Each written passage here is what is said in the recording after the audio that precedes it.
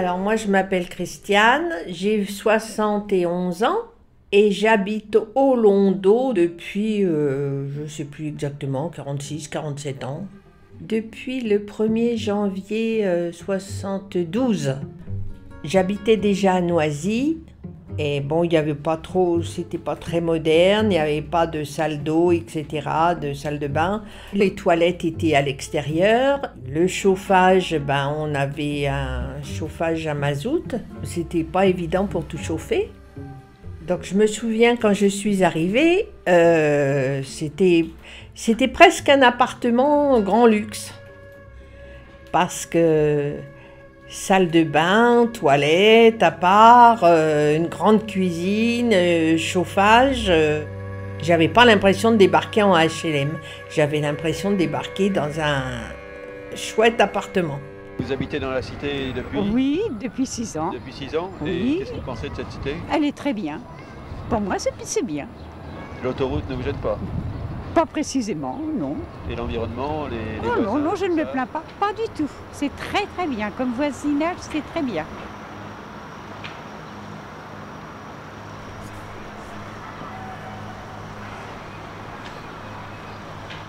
Avant de rentrer, il y a un grillage. Puis il y a des escaliers à monter. Puis juste à côté, il y a un petit espace où il y a encore un grillage. Puis il y a les fenêtres des maisons. Puis il y a la place. Puis là, il y a un gros bloc où on peut mettre ses affaires, comme les lits cassés. Donc ça, c'est celui de l'immeuble 14. Donc là, je vais faire la porte d'entrée. Eux, ils n'ont pas trop comme des escaliers, mais c'est comme des escaliers. Puis ils ont un grillage aussi sur le côté. En fait, ces 3 tours, ils sont tous pareils. Et juste à côté, il y a le parc, une nouvelle aire de jeu. Ils l'ont construit il n'y a pas longtemps. À l'origine du Londo, c'était des vergers, des noyers, des arbres fruitiers. Oui, il y avait un couvent de bonnes sœurs. Oui, il y avait les sœurs carmélites. Et c'est là qu'il y avait le Carmel et tout. Où est-ce qu'il y a l'église, le bas de l'église et autres, ça leur appartenait. Et c'est à ces moments-là, quand ils sont partis, ils ont vendu ça à la municipalité, à condition qu'à cet endroit, il y ait toujours une chapelle.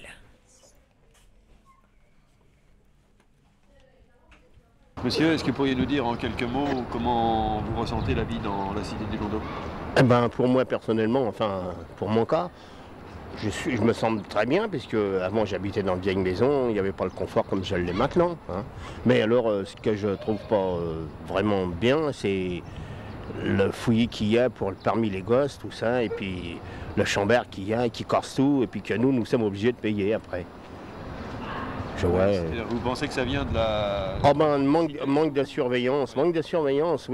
Et puis vous savez, nous on a beau leur dire aux enfants, partez, ils ont l'air de se foutre de vous, même risque à vous casser la figure. Et moi je comprends la jeunesse quand même, hein. Il y a certains points pour les comprendre.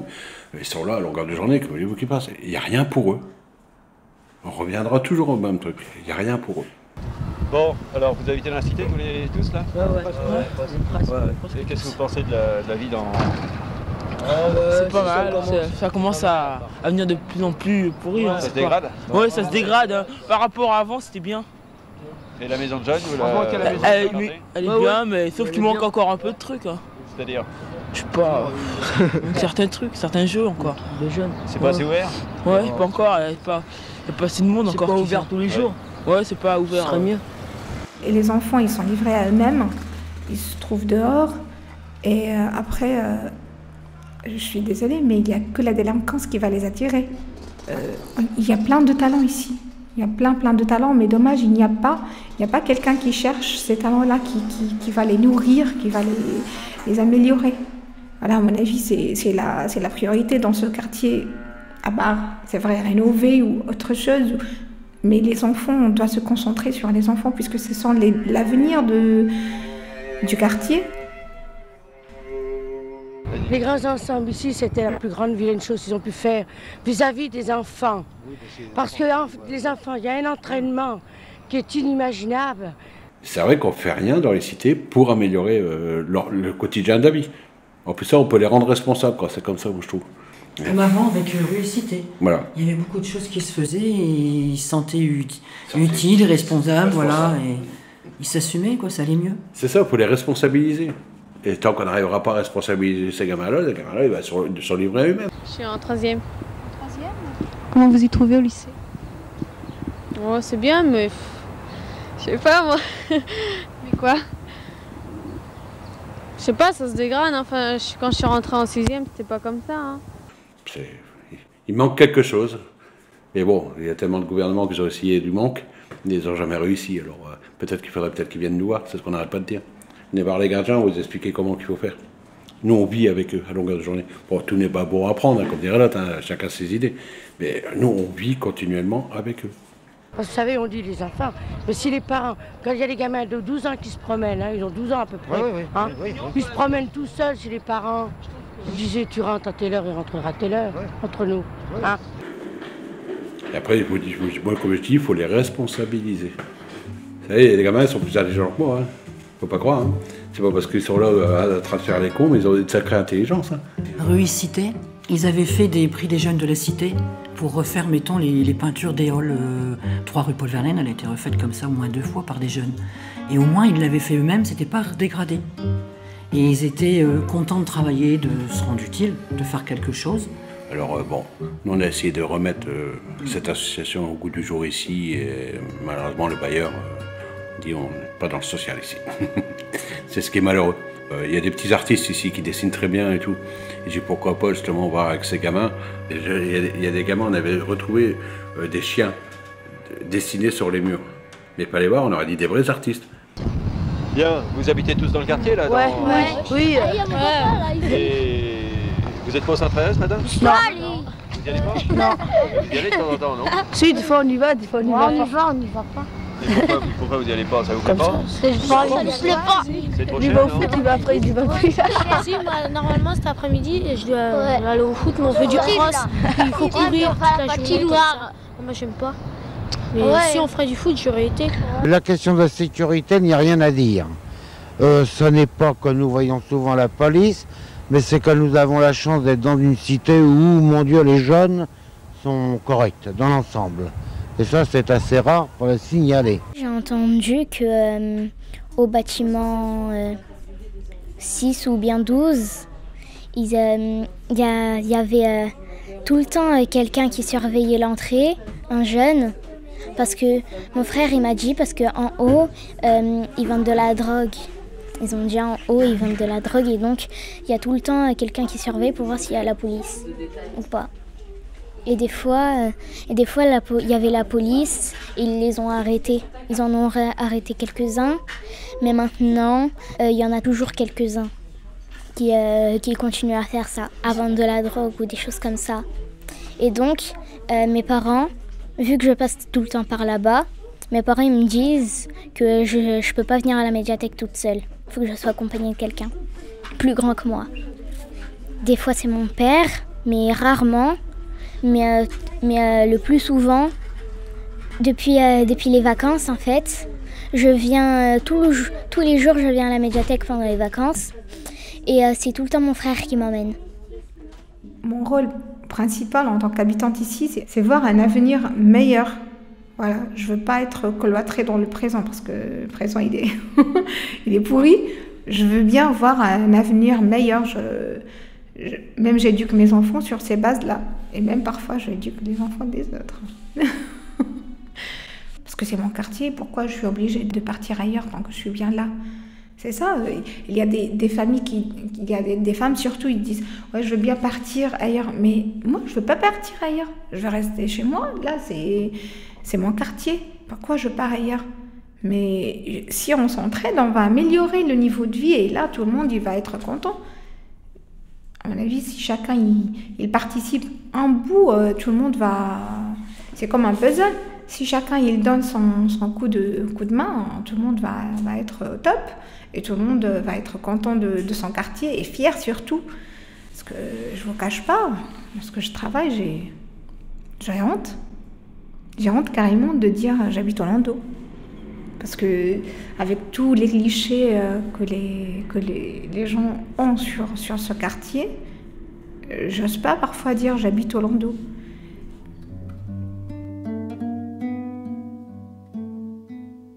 Alors en fait, c'est le réveil qui nous réveille, moi et ma sœur. Elle a sonné à 7h50 et après je l'ai éteint, je me suis réveillée direct et ma sœur elle s'est un petit peu endormie. Je l'ai réveillée. Après j'ai préparé mes habits, moi et ma sœur, je lui ai donné ses habits. On s'est habillés, on se lave le visage d'abord avant de se déjeuner. On déjeune, je mange des céréales avec du lait et juste à côté un petit chocolat chaud. Et après, on se lave les dents. Après, on fait nos cheveux. Je prends une brosse, je mets de l'eau un petit peu dans la brosse. Après, je mouille mes cheveux. Puis on fait soit une queue de cheveux, soit une natte ou un chignon. Après, on met nos chaussettes et on met nos bottes. Après, on regarde la télé. Donc on regarde la télé. À 8h40, on sort de chez nous, on prend nos sacs et avant, je vérifie si j'ai rien oublié. Donc quand j'ai fait cette étape, je sors de chez moi, je ferme la porte à clé. Je descends du bâtiment, je prends l'ascenseur. Vu que j'habite au 12e étage, c'est assez haut. Je passe devant la médiathèque. Donc je passe où il y a les travaux en ce moment. Puis directement, juste en face de moi, il y a l'école. Donc j'accompagne mon frère à la maternelle, puis je vais à l'école, je rejoins mes copines et à 9h pile, la maîtresse vient nous chercher pour qu'on monte en classe.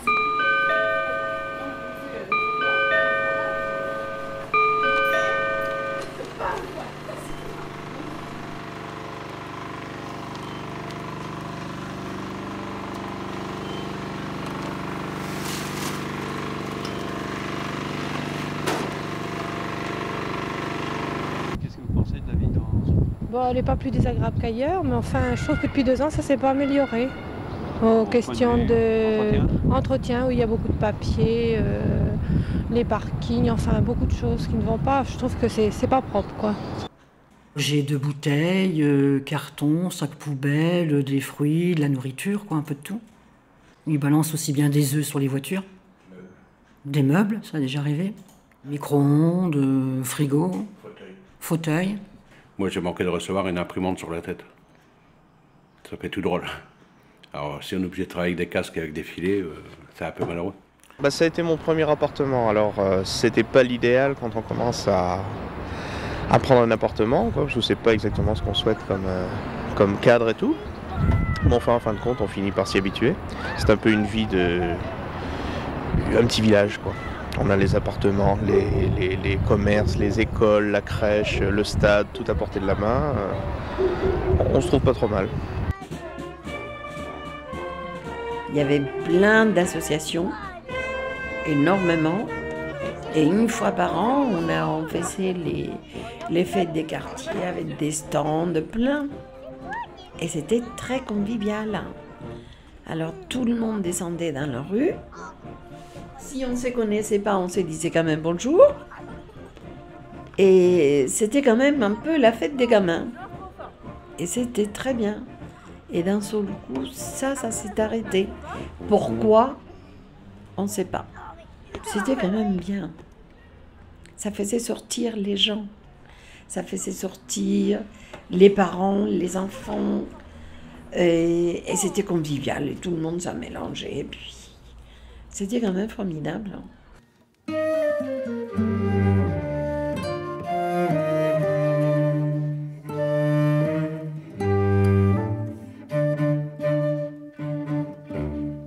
J'ai une grande copine qui habitait juste en face de ma porte. Elle s'appelle Fatia. Elle habitait là très longtemps.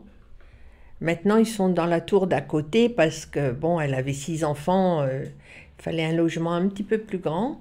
C'est ma sœur de cœur. Ça fait plus de 30 ans, en tout cas, que je la connais. Quelque chose comme ça. Chez elle, je peux dire que, bon, je peux débarquer du jour au lendemain avec mes valises. Et des fois, il y a des gens de ta famille à qui tu ne pourrais pas dire ça.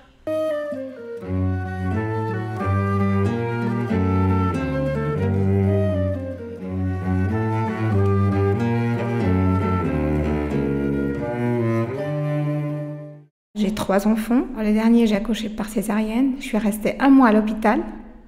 C'est mes voisines qui se sont occupées de mes enfants, qui les a lavés, qui a lavé les affaires, qui préparait à manger à mon mari et à mes enfants. Et après l'accouchement aussi, ils se sont occupés de moi encore. En même temps, dès que mes voisines aussi ont besoin d'un coup de main, je suis là. J'ai fait des études supérieures. Alors, dès qu'ils me demandent, c'est gratuit. Alors, je suis là, dans le but d'améliorer le niveau de mon quartier, c'est ça. Ramener un petit peu de touche positive à ce quartier, c'est ça. Alors, mes enfants, ils ont tout appris ici. Ils ont, que ce soit le vélo ou bien marcher. J'ai des bons souvenirs avec mes enfants aussi, en faisant aussi des petits goûters à l'extérieur. C'est magique. Je reçois aussi des copains de mes enfants dès que c'est l'anniversaire de mes enfants. Alors, en fait, l'anniversaire à la maison avec des gâteaux, avec tout ce qu'il faut. Alors, des belles souvenirs. On vit que ici. Moi, je vis que Orlando. Hein. C'est ici, c'est ma vie.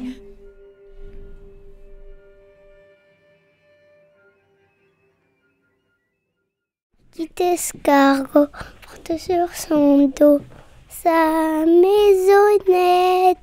Aussitôt qu'il pleut, il est tout heureux. Et sur sa tête tombe la pluie. Tout le monde est à l'abri. Là que son petit frère qui est sur la boutière, pêchant du poisson de toute la maison.